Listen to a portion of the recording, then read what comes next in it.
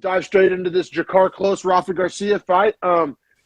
34-year-old Jakar Close coming in as minus 200, taking on Rafa Garcia plus 170 in the lightweight division. This was the last late replacement. He was supposed to fight Diego Fiera, and this was going to be a more like meaningful fight to the rankings and stuff. But as you know, I'm a Rafa Garcia guy. I like Rafa Garcia. Now, I bet close, but this is a bet that I purely did. Like, you and like two other people I know all bet close. Like, everybody I knew was betting close. And I was like, well, sometimes you got to not try to be the smartest guy in the room. You know what I mean? Like, sometimes it just seemed like I rode with you. It seemed like Rafa Garcia is like a really tough guy who has like decent wrestling, but Close is a really good wrestler who has pretty good hands. And so I was just thinking, I don't see where Rafa Garcia wins this fight. Now, granted, I say all that, and I definitely think Rafa Garcia at least won one round. Yeah, I mean, I'm surprised no judge gave him 2 rounds. Like, I'm surprised this wasn't a split decision. Yeah, because I thought the first round was extremely close. I wrote competitive first round. I had Close probably winning with the takedowns, but essentially the damage was so even. Yeah, well, and also it was like we all know kind of the second half of the round's kind of like a weighted grade. And essentially how I viewed it is as simple as it was pretty much even, but Rafa Garcia won the first half of the round. Close won the second half of the round. Give it to Close. I mean, it's an oversimplification. Like I said, we're a little bit of a time crunch, but kind of how I saw it. You know, it was very close, though. Garcia got a lot of damage off, was kind of winning the stand-up battle to start the fight, and cracking Close. But Close was able to get, I think, 3 takedowns and some pretty big ground and pound. And, definitely, I think, kind of stole the round back. But very competitive round, which is why I love Rafa Garcia. He's never in a boring fight. He's a tough night out. Like, it doesn't matter the level he's fighting. It's always a tough night out. Like, he may not win. I mean, he only has 2 losses, I think, coming into this one. So, I mean, good fighter, but you're right. Not a world beater, not a plus athlete, but tough night out. We both gave round 1 to Close in a very kind of edged it out. Now, round 2, Garcia started getting his own takedowns and his own ground and pound. And I think he was able to – this is the round where the bullshit stand-ups by the ref started really coming into play. Dude, this stand-up in the second round. Now, granted, I did score the round for Garcia. Still haven't winning it. But, man, he was, like, literally on top, working – he had gotten out of full guard and was in half guard. And it wasn't like he was just laying and praying. Like, he was still trying to drop bows. If anything, Close was just holding him on top of him, which is like – I mean, how are you going to reward Close for holding someone to him whenever he's on his back? And then whenever they stood up, Close started getting some shots off. That was the theme of the fight, man, or the theme of the card. Like, these refs, super quick trigger in the grappling exchange. Like I said, I didn't even have the word snoozy in my notes. Like, where was this ref on the Aspen Ladd fight? Or, you know what I mean? Like where there's a million fights where they could stand people up and they don't. And then in this fight, you know, they totally didn't have to, but they did. So I thought that was total bullshit. I'm right there with Joe Rogan and Daniel Cormier. They were pissed off about it, calling him out. It was bullshit. I literally have bullshit stand-up, number 1 bullshit stand-up in my notes. But yeah, man, Garcia. So going into round 3, we have it 1 round apiece. All 3 of the judges do as well. All 3 of the judges scored this identically. Okay, which sounds like how we scored it too. And then round 3, Close really his best round. I think Garcia was starting to get a little tired, which speaks a lot to Close's pace, because Garcia is literally known for his cardio, and we've never really seen him get tired. So for Close, the pace Close was pushing was pretty wild, and you know, I really like. Oh, it definitely paid off. I thought he dominated the striking in the third as well. I thought that Garcia was just too. Like, he had lost that speed advantage, or speed equivalency rather, and he was just kind of getting picked apart, I thought, in the third round. I thought that might have been the easiest round for me to score. Out of the second. First round essentially kind of comes down to the first round here in this fight. Yeah. Yeah, in the third round, Close was stuffing the shit out of those takedowns, too. So I think that was beautiful stuff. Yeah, actually, his sprawl was really nice in the third. You are correct. Big factor there. But, yeah, I think so. We saw it the same way as the judges. Not a real lot of controversy besides that round 2 stand-up. That was number 1 bullshit. But, yeah, Close gets the win on that leg of the parlay hits. I'm glad I rode with you on that one. And, yeah, we'll keep it pushing here. We got Dantel Maze coming in at minus 190 against Hamdi Abdel Wahab, making it, I think it was his debut. Yeah, it is, and, dude, this guy's a fucking stud. He's from He's Egyptian, 2016 Olympian, Greco-Roman wrestler for him. Does not look like he would be a stud, but is a stud. No, is a stud. Has that fat guy athleticism that we all love. Yeah, like he has crazy explosion for being that big. Yeah, I think he finished 5th in those Olympics too. So it wasn't like he just qualified and got a T-shirt and went back home. Like he was a real factor in the tournament. Now, yeah, in Dantel Maze, kind of just super middle of the road heavyweight. Like has some physical gifts, some physical tools, and some skills, but not a world beater. Perfect guy to debut against, in my opinion. Oh yeah, and now I will say too. Dantel Maze is pretty athletic and pretty rangy, so I was like, well, this could be bad with the length and range at heavyweight because, anyone can get knocked out at heavyweight essentially. But all that being said, Abdelwahab definitely had the power advantage. I mean, in both his hands and grappling. Every time he'd connect with, like, the shoulder, he would, like, literally, like, move Maze off his feet. It was crazy. He dropped a 250-pound man by punching him in the chest. It was crazy. I've ever seen that. It was wild. It almost looked like an action movie where he flew backwards. Like he the force, like in a comic book, there would have been like waves coming, like reverberating off of it. Yeah, it was wild. And then we haven't even really brought up the wrestling. I mean, he's an Olympic wrestler and he was outstriking the perceived better striker. So in round 1, I mean, I scored it to Hamdi. He was landing harder. That big suplex slam takedown was pretty gnarly, and he seemed to hurt Maze pretty bad, which rightfully so. He was landing absolute fucking nukes. But credit to Maze for weathering the storm. And I thought he came out in round 2, looked a lot better, did his own damage and he fucked Hamdi's eye up. Oh, it may be dude. an orbital or it was gnarly. It was all the way shut. Like I honestly. After round 2, I was looking over at Miji and Nina, and I was like, "Hey, we're not seeing a third round. This is a doctor stoppage." Yeah. And I'm amazed that they didn't stop it, man. When they pulled him over in the corner, and you could see the striation marks on his eye from where I guess the glove had hit and went up. I think he actually caught an actual glove, like a piece of glove on his eyeball. Not only was the force there to swell his eye shut, but when they opened his eye and we're looking at it, his pupil was all messed up. There's no way he was seeing out of that eye. I was about to say, there's honestly, and I didn't want to see it stop, but I wouldn't have been mad if it was. It wouldn't have been a bullshit stoppage. Well, what a tough bastard to fight through that too, because that happened probably a minute and a half into the round, and then he honestly came back and I thought won the last 30 seconds of that round. Yeah, hey Pedro Munoz, take notes. Fucking Christ, dude, great point. If this dude can fight and potentially win the fight still, and Munoz is just the open hand on my eye hurt me. That was number 1 bullshit. But so Maze, because it wasn't an eye poke.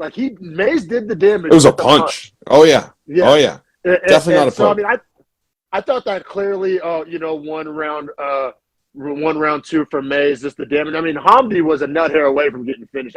Also, could have been maybe a 10-8. Are we going to talk about the body kick that landed on Maze that he acted like was a cup shot and then got a break?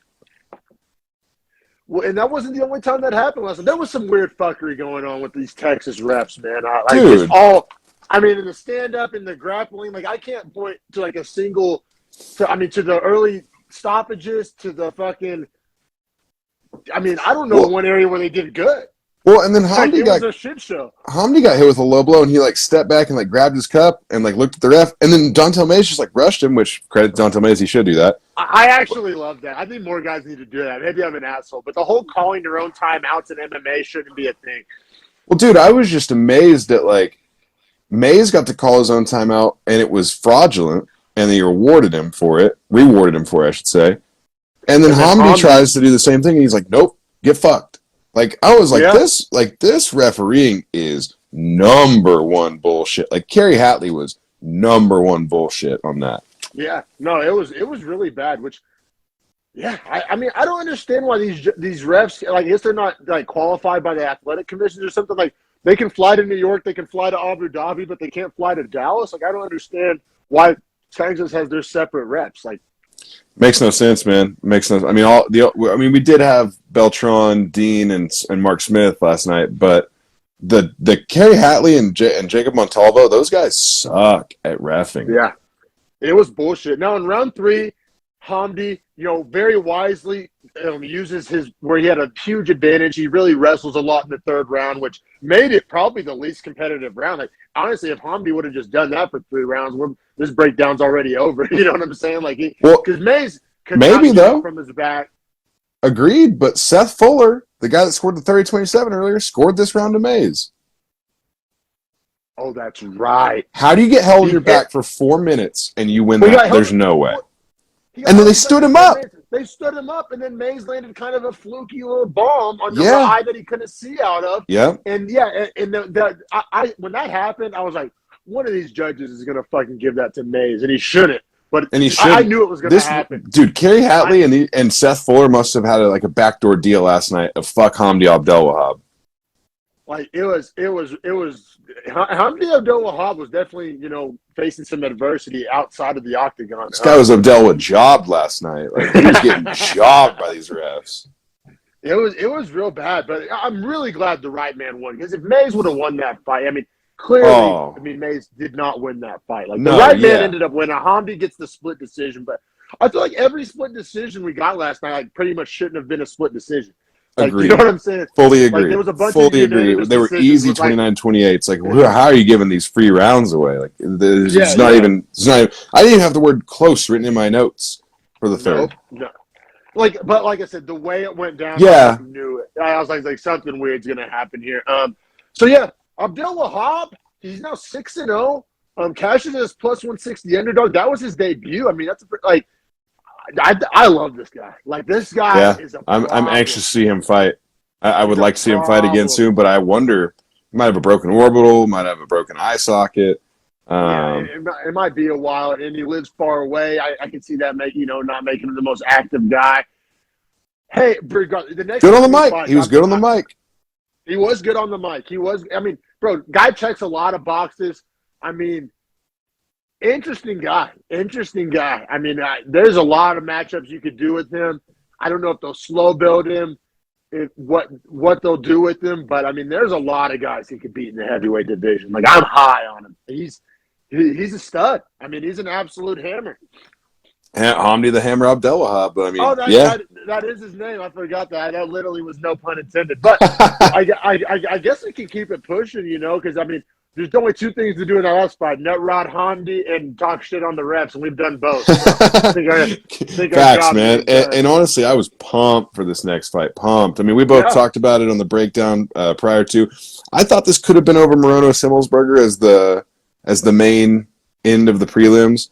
I kind of thought maybe the 10-year vet and Drew Dober deserved that, but yeah, it's wild how long Dober's been at it, and he doesn't look old. He doesn't look slow, and he's been in wars, and he doesn't I don't know, man. The guy's physically gifted, right? For sure. I mean, I'm sure he takes great care of his body. I'm sure he's in great shape, but I mean, certain bit of that has to be, in the words of the great Booby Miles, it's God-given. But, I mean, he has that Superman-style jaw. His jaw is literally it's out to here. Yeah. No, man. Handsome son bitch too, right? Like I mean, got a lot of shit going for him. I mean, and honestly, everything that we just said about Dober could essentially be said about Alves, besides the experience. I mean, the athleticism, the chin. I mean, super explosive guy, super quick twitch guy. In the first round, man, he was giving Dober all the problems. I mean, we both bet Dober on this one. And I was getting a little sweaty, you know what I mean? I was too, man. Spots. The only thing that I was sitting there this, I mean, it's bad, but also the one thing that was a saving grace is Alves is one of those guys that will deplete his tank and he struggles to make 155. Every typical Brazilian story, right? Paulo Costa can't fight more than 2 rounds. If he gets to the 3rd round, he's done. He's dead in the water. He's not Gregory Rodriguez, because that guy's on all the acai. Is there a fucking prop somewhere I can place a prop bet that the Paulo Costa Luke Rockhold fight doesn't happen again? They're putting it on posters, and I'm just like, it's not happening. At least it's not happening at middleweight. It's 100% going to be a catchweight or a 205 belt. Luke Rockhold won't push back because he hasn't cut weight in 5 years, and he's not trying to.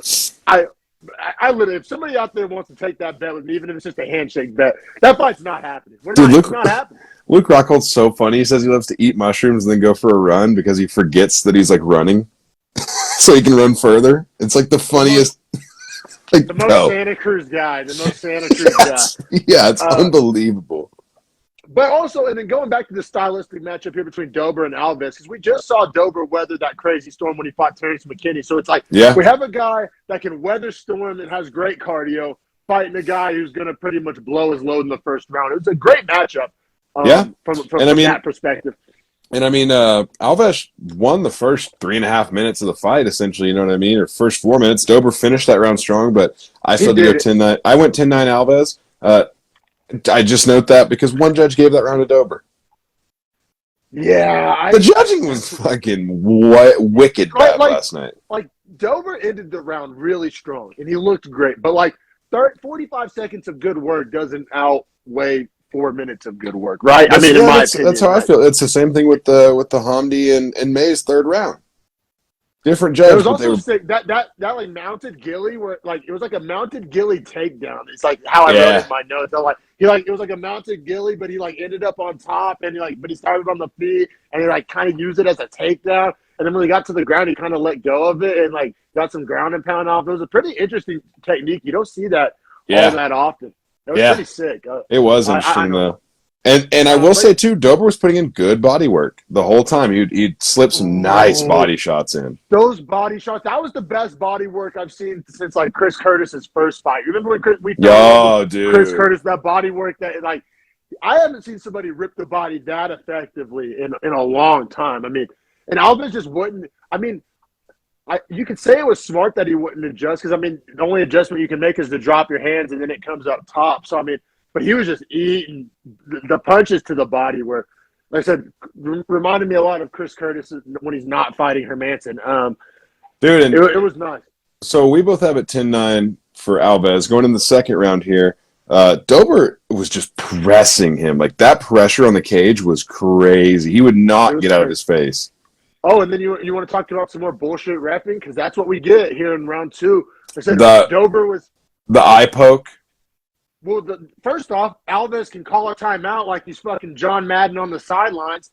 Fucking just called a timeout. The ref wasn't anywhere close. The ref wasn't even looking at it. The ref wasn't even considering stopping it. And Alves called a timeout, which, hey, I didn't know you could do it in MMA. Probably guys should just do that every time they get rocked. Just like, hey, I need a second. And then he took like all the time for some reason called in the doctor when it wasn't even bad or like some real Munoz shit going on here. And then, and it was so obvious he was catching his breath. Like it was very, very obvious. And then he takes 4 minutes for the eye poke or a long time. It was a little over 2, and then has a wild flurry to end the round. Yeah, and I'm just I'm just sitting there like I'm just sitting there like this is so fucking obvious. Like my god! And the eye poke was Dober throwing a hook or like a cross. As Alves moved his head, and it like caught his eye like this, and like pulled his eye. Not really a poke to the eye if it's pulling off the edge. No, it was real fucking suspect. I felt so bad for Dober. I was like, if that final flurry would have like finished Dober, he would have been jobbed. Like, so bad. Dober has that fucking crimson chin, and I still gave round 2 to Dober. Maybe it was just out of principle. No, I did too. I mean, he was winning the whole round up to that last sequence. I was like, Alves could fucking shoot him right now, and I'm still not giving him the round. Like, this is a matter of principle. Not enough damage. Not enough damage. Fuck that, dude. It was so cheap. It was so blatantly cheap. Like, I can't remember something. That may have been like the worst cheating I've seen since fucking Priscilla Cachoeira's eye gouge. Like, seriously. Oh yeah, that was bad. Ed Herman taking the fucking acting like he got kicked in the nuts and then just sitting for 4 minutes while it was actually a kick to the stomach. That's essentially what happened here, though. I mean, I'm saying, like that level of cheating is like you're getting like you would lose this fight because you're about to get finished, so you're just gonna cheat.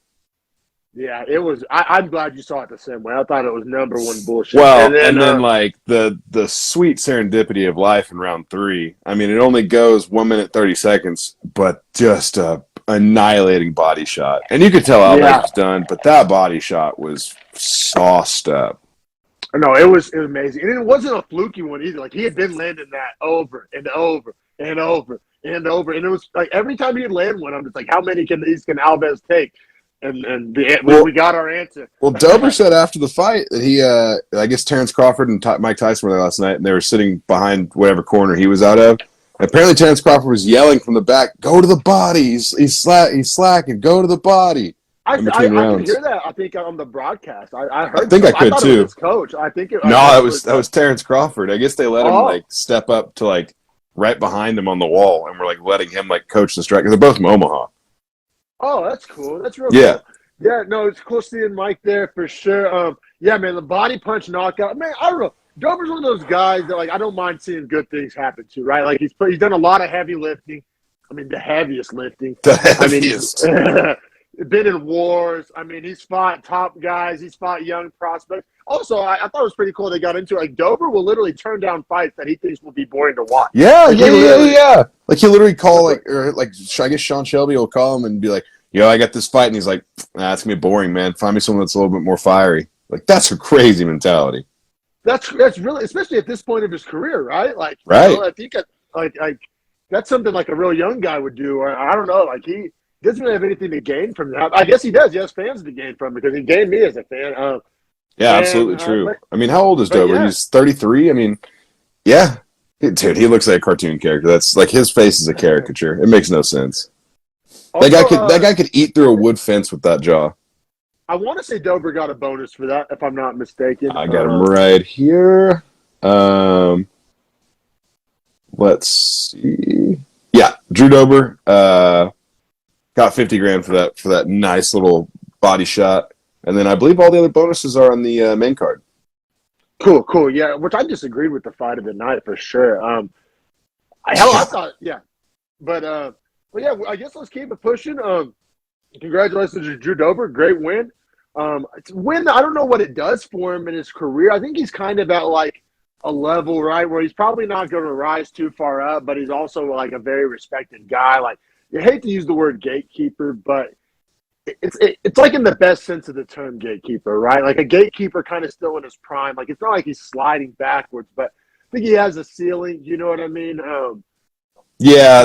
So that's the thing is like very reminiscent of a fighter that we referenced earlier on the card. Like, just a great guy to watch. Maybe or like Nego Mariano. Like, won't be a top 15 guy, but easily can fight the top 20 all day long and be great matchup fights. Yeah, for sure, man. And next up, we got Matthew Semelsberger fighting Alex Morono. Semelsberger favorite at -165. Morono favorite at our underdog +140. I was pretty surprised that the Vegas put the respect on Semelsberger's name. I love Semelsberger. This is a great fight for me as a fan because, like, I'm a big Semelsberger fan and I'm not an Alex Morono fan at all. So, like, I was like really looking forward to this one. We both bet Semelsberger. I thought this fight was going to look a little different. Morono's striking defense and his ability to avoid that power from Semelsberger was pretty impressive. I mean, not impressive in like a fun way, which is why I don't like Alex Morono. I think his fights are kind of boring. But, I mean, just defensively sound. So you're exactly right, man. I think that's the biggest takeaway I had is that Morono's defensive striking, or striking defense rather, well, both. But I mean that both ways. His ability to be off the center line and avoid the big shots, but then also he landed a massive check right hook or check left hook in the first round that, I mean, you know, he got a lot of damage from that. You know what I mean? Like, it can't be understated the amount of damage he was getting on his counter striking. Semelsberger's eye might have been worse than fucking Hamdy's. Like, his eye was gnarly. And I think it factored into how this fight was scored, and so did Miji. So, like I said, I was watching the fight with a Muay Thai fighter last night, and she had a big problem with how this one was scored. And her theory was that the judges were scoring the damage in the second and third round based off the damage that was done in the first round. And I think there's something on that. So I scored round one to Morono, obviously. I mean, I thought it was Morono's best round. He got the most damaged off. Yeah, he avoided the power. Then there was another eye poke to Morono. That was actually a real eye poke this time, in my opinion. But it didn't end up factoring in because Morono's not a bitch. I think round two is the one that gets kind of tough to score and that gets a little murky and really I think determines how you score this fight. How did you score round two? So round two, I thought Morono won the majority of the round, at least in the instances, right? Like, was winning most of the 50-50 exchanges. Now, all that being said, I thought Simmelsberger won the end of the round, but I still gave it to Morono. See, I had Simmelsberger stealing it, and I did word it that way. He stole the round. I thought because you're right, Morono did win the majority of the round.